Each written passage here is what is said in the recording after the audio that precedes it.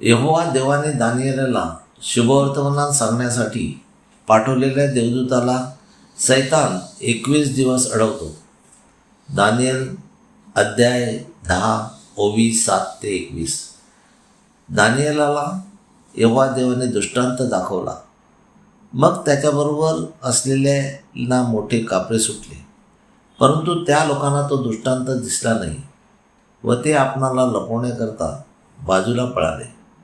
मग दानिएल एकटाच राहिला. दानिएलाच्या अंगात काही शक्ती राहिली नाही आणि दानिएलाने शब्दाचा ध्वनी ऐकला. तेव्हा तो भूमीवर उपडा पडून झोपी गेला.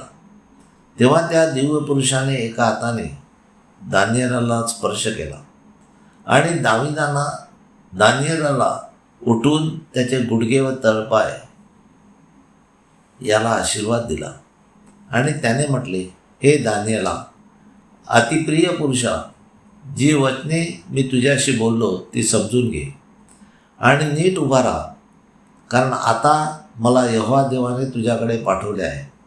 म्हणजेच पवित्र आत्मा यहोवा देवाच्या आज्ञेशिवाय कोणाकडे येत नाही, तर यहोवा देव त्याची वचने त्याच्या पवित्र आत्म्याच्या द्वारे पाठवतो. तेव्हा त्या दिव्य पुरुषाने दानिएलाला म्हटले, भिवू नको. ज्या दिवशी यहोवा देवाचे वचन समजून घ्यायला व यहोवा देवासमोर नम्र होऊन त्याच्या वचनाकडे तू आपले मन लावले, त्या दिवसापासून तुझे शब्द यहोवा देव ऐकत आहे आणि तुझ्या शब्दामुळे मी आलो आहे. परंतु मला पारसाच्या राजाच्या अधिपतीने सैतानाने 21 दिवस अडवले व मला तुझ्याकडे येऊ दिले नाही. त्यावेळेला यहोवा देवाने मिखाएल देवदूत, जो मुख्य अधिपतीपैकी एक, त्याला माझे सहाय्य करण्यासाठी पाठवले. आज जगामध्ये सुद्धा सैतानाचा मोड मनुष्य स्वतःहून करू शकत नाही, तर यहोवा देवाचा आत्मा पाठवून यहोवा देव सैतानाच्या वरती विजय मिळवतो. येशू ख्रिस्त स्वतः सांगतो, मी स्वतः काही करत नाही, तर यहोवा देवाच्या आत्म्याने मी भूतो काढतो. ज्याप्रमाणे समोरच्या मनुष्याच्या अंगामध्ये किती मोठे सैतान आहेत, त्याप्रमाणे यहोवा देव आपला पवित्र आत्मा पाठवून त्याचा बिमोड करतो. म्हणून मनुष्याला संत बनवणे हे चूक आहे, ती मूर्तीपूजा आहे. माझ्याकडून सुद्धा यहोवा देवाने हजारो चमत्कार केले आहेत. ते यहोवा देवाने त्याचे दूत पाठवून ते केलेले आहेत. मनुष्य काहीच करू शकत नाही.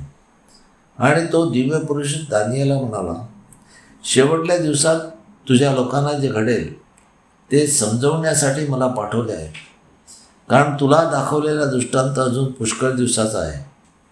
आणि तो ह्याप्रमाणे वचने दानिएलाशी बोलल्यावर दानिएल आपले मुख भूमीकडे करून मुका राहिला. आणि पहा, मनुष्याच्या संतानातल्या पवित्र आत्म्याने दानिएलाच्या ओठात स्पर्श केला. तेव्हा दानिएल आपले तोंड उघडून बोलू लागला आणि जो त्याच्याबरोबर उभा राहिला होता त्याला दानिएल म्हणाला, हे माझ्या प्रभू, दृष्टांतामुळे माझे शोक माझ्यावर उलटले आहेत आणि माझ्यात काही शक्ती राहिली नाही. तेव्हा दानिएल त्या दिव्य पुरुषाला म्हणाला, मी माझ्या प्रभूशी बोलायला कसा समर्थ होईल, कारण आता माझ्याठाई काहीच शक्ती राहिली नाही व श्वासही राहिला नाही. मग मनुष्यासारखा दिसणाऱ्या पवित्र आत्म्याने दानिएलाला पुन्हा स्पर्श केला आणि बलवान केले. तो दिव्य पुरुष दानिएलाला म्हणाला, हे अतिप्रिय पुरुषा दानिएल, भिवू नको. तुला शांती असो. बलवान हो. होय, बलवान हो.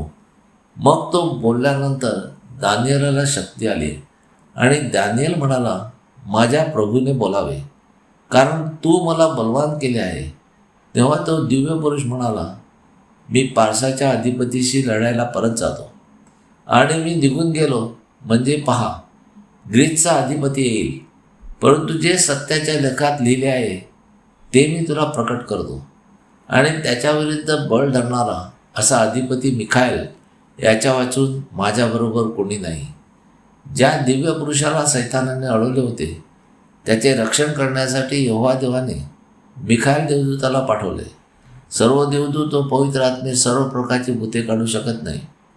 शिष्याकडून एक भूत निघाले नाही. तेव्हा येशू ख्रिस्त म्हणतो, प्रार्थना व उपवास याशिवाय असली जात निघत नाही. त्यासाठी यहोवा देवाने आज्ञा दिल्या केल्यानंतर आपण दुष्ट आत्मे काढू शकतो. अन्यथा ते आपल्यावरच उलट फिरण्याची शक्यता जास्त असते. म्हणून मला सुद्धा काही वेळेला प्रार्थना करण्यास मज्जाव केला जातो. तरी गणना 6, 22, 23 व 27 प्रमाणे यहोवा देवाच्या नावाने आजारावर प्रार्थना केल्यास त्याच्यामध्ये असलेल्या असंतुष्ट आत्म्याच्या शक्तीप्रमाणे यहोवा देव योग्य त्या पवित्र आत्म्यास पाठवून आजाराने दखडलेल्या माणसाला सोडून त्याला आजारमुक्त करतो. म्हणून आपण प्रार्थना यहोवा देवाच्या नावाने केल्यावरच तो आपणास व आजाऱ्यास आपला पवित्र आत्मा पाठवून आशीर्वाद देईल. हालेलुया, आमेन. यहोवा देवाचा सेवक Anthony John Pereira builders. Praise God. Hallelujah.